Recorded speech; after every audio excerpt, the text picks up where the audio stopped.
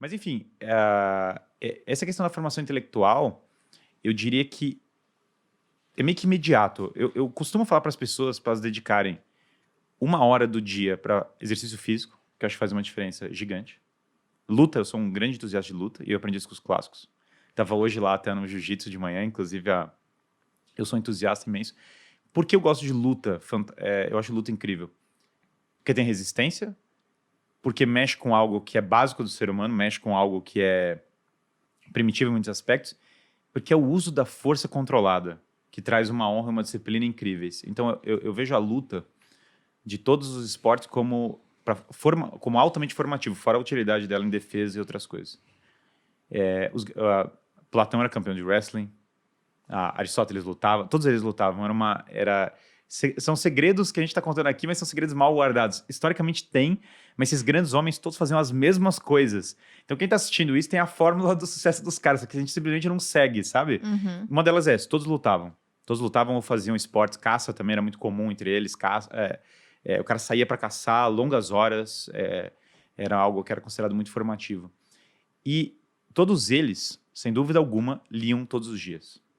Quando a gente fala de ler, a gente tem muito aquela coisa que a gente empolga e lê um livro e larga o livro. Deixa o livro, vai fazer um cemitério de livros, sabe? Lê um pedaço aqui, outro. Esses caras liam todo dia, e não só eles liam todo dia, eles anotavam, eles fixavam, eles tomavam as notas deles do livro, sabe? Edições comentadas. O Napoleão estudou Maquiavel de trás para frente ao ponto de ele escrever um livro sobre o negócio. Eu tenho a edição comentada do Príncipe por Napoleão. Veja, Príncipe olha é a muito sequência. Tito Livio escreve uma história de Roma, que é um dos maiores historiadores de Roma, que é outra baita fonte para o Império Romano. Maquiavel escreve um livro comentando Tito Livio, com a filosofia dele. Napoleão lê o Tito Livio, o Maquiavel comentando e faz as notas dele em cima do Maquiavel a partir do negócio. Ou seja, é uma tradição que ia vindo, com todos os defeitos que Napoleão tinha, que estava longe de ser um bastião da moral em todos os aspectos da vida dele. O fato é que tradição tem tudo a ver com educação. Não dá para separar. Aliás, a Hannah Arendt falava muito sabiamente, a crise da educação atual é uma crise de 3 coisas. Falta 3 coisas. E olha que a Hannah Arendt é a pessoa insuspeita para falar isso. É uma crise de tradição, porque educação é tradição. Não existe sem tradicionalismo educação, porque educação é você pegar o legado do passado e aprender, não tem como fugir disso. Autoridade, voltando para as ideias cíclicas, porque sem autoridade é muito difícil ter educação. Se alguém não banca a coisa, quem que vai educar? E hoje a gente vê que pais, professores têm dificuldade com a questão da autoridade. É uma crise óbvia. E a terceira fala é uma questão de religião, e ela está citando no sentido romano da palavra. Reconectar as origens, redescobrir o propósito. Então, hoje, sem dúvida alguma, a nossa educação é dissociada de religião, tradição e autoridade. E, pior para nós, a cultura média das pessoas baixou muito. Eu vejo claramente o nível até linguístico das pessoas declinando. Não é incomum você ver que as pessoas vão falando mais barbaricamente, sabe? Mas, e aí, só... é meio quase como o nível das palavras baixa. E você tem essa experiência que você está falando. Livros essenciais estão fora. Então, meio que de onde você está tirando seu referencial para tomar decisões? A mídia não é lá uma boa fonte para você tomar decisões, no geral. Tira de matéria do jornal. Cara, não é uma fonte. Li uma biografia ou 2, ótimo, coisa boa, mas é pouco ainda. Chega um ponto em que falta algo. Você quer algo a mais. Pessoas muito bem-sucedidas são vorazes por algo a mais. Elas não se contentam com o que é superficial. Acho que é nesse ponto que a formação intelectual está sendo muito negligenciada ainda, sabe? Eu conheci Quem foi? Me contaram várias histórias nessa linha, né? De grandes empreendedores ou investidores que falam, cara, para investir eu leio os clássicos gregos, sabe? Já vi umas 3 ou 4 pessoas comentando isso. Não é absurdo, porque você veja, a gente está falando de pessoas que estudam economia, a gente está falando de pessoas que estudaram, o essencial foi estudado. E chega um ponto que você fala, cara, e aí? E a base? E por trás disso? Um exemplo quase curioso de história da economia. Muito antes da Adam Smith ou outros iluministas, a escola de Salamanca, na Espanha do século XVI e XV, tinha pensado várias coisas da economia moderna. Eles tinham gráficos de economia. Os caras tinham um gráfico de inflação e tipo um gráfico primitivo, quase como de ciclos de mercado, sabe? Da economia indo e indo. Claro que não é a mesma coisa, mas é um passo curiosíssimo. é muito louco você pensar que esse conhecimento se perdeu na época. Que demorou séculos para se redescobrir, para voltar. Que esses espanhóis e portugueses de 1500 tinham um conhecimento econômico que em 1800 a gente voltou a discutir. Tem conhecimentos perdidos. Você não é... Tinha uma época que eu dava aula pro pessoal do ITA, né?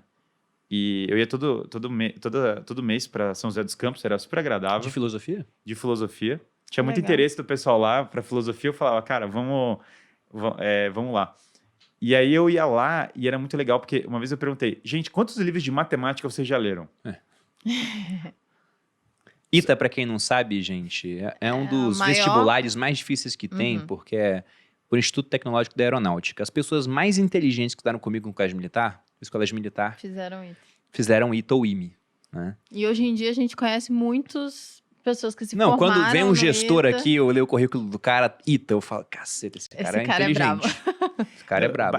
E aí eu ia lá dar... Eu tive que parar na época...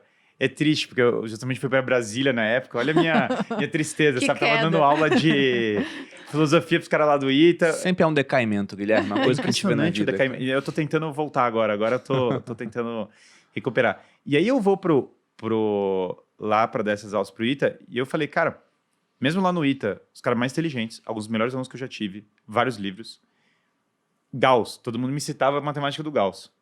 O livro do Gauss, quantas pessoas leram? Raro. Porque o livro original tá fora da nossa cultura. Na faculdade a gente tem muita cultura do Xerox, da versão resumida, do manual, do não sei o quê. A coisa de ir pras fontes... Agora do chat GPT. mas aí... Pior ainda. Pois é, mas aí você tá deixando de você aprender a coisa, de você trilhar o caminho. E o chat GPT, ele pode te dar, arrancar citações brutas de livros, outras coisas. Mas o viés e a interpretação, elas são próprias do homem. Você não vai ele não vai te interpretar a coisa. Você tem que saber fazer a pergunta. Que é uma dúvida. Vira pro chat GPT. Inflação é bom ou ruim? Tem uma série de coisas que são valorativas. Ele vai virar para você, e muitas vezes ele vai virar para você e falar, algumas pessoas falam que inflação é boa, X pessoas. Outras pessoas falam que inflação é ruim. Mas, cara, eu não tô querendo saber se... algumas pessoas falam, não. Eu quero saber se inflação é boa ou ruim. É uma questão de valores. Em última instância, o homem vai ter que julgar isso. Ele vai ter que pegar e julgar. Então, a inteligência artificial nunca vai substituir essa carga valorativa. Ele não vai dizer como eu amo a minha família, ele não vai dizer a solução se a verdade existe, ele não vai me dar uma série de respostas. Ele não vai ser tão diferente do que uma comunidade universitária ou do que uma grande coisa que eu consegui fazer. O homem individual vai ter que decidir o que é verdadeiro em algum momento da vida dele. E essa escolha existencial vai fazer parte. É engraçado porque todas as coisas de formação de empresários veio muito... Eu já fazia. Quando eu dava aula para o ITA, eu já dava aula para empresários. Mas aí eu saí de Brasília e eu penso, tá, Brasília não é a solução para nada, assim, né? Brasília não vai resolver nada. Desculpa quem acredita... não, porque vai ter uma eleição e tem não sei o que, Brasília... Cara, não. A Divina Comédia tem lá, quando você entra no inferno, tem lá, todos que adentrar e largar e todas as esperanças. Essa é uma frase que devia ter em no Brasília. pórtico de Brasília. Cara, Brasília tinha assim. muitos prédios pra mim que parecia aqueles prédios soviéticos, sabe, filme da Guerra Fria? Você já viu esse filme de Guerra Fria, assim? Que você desce, tudo é muito podre, burocrático. Brasília fez amar São Paulo. Eu voltei pra São Paulo e falei, cara, São Paulo é uma cidade incrível. São Paulo é Eu maravilhoso.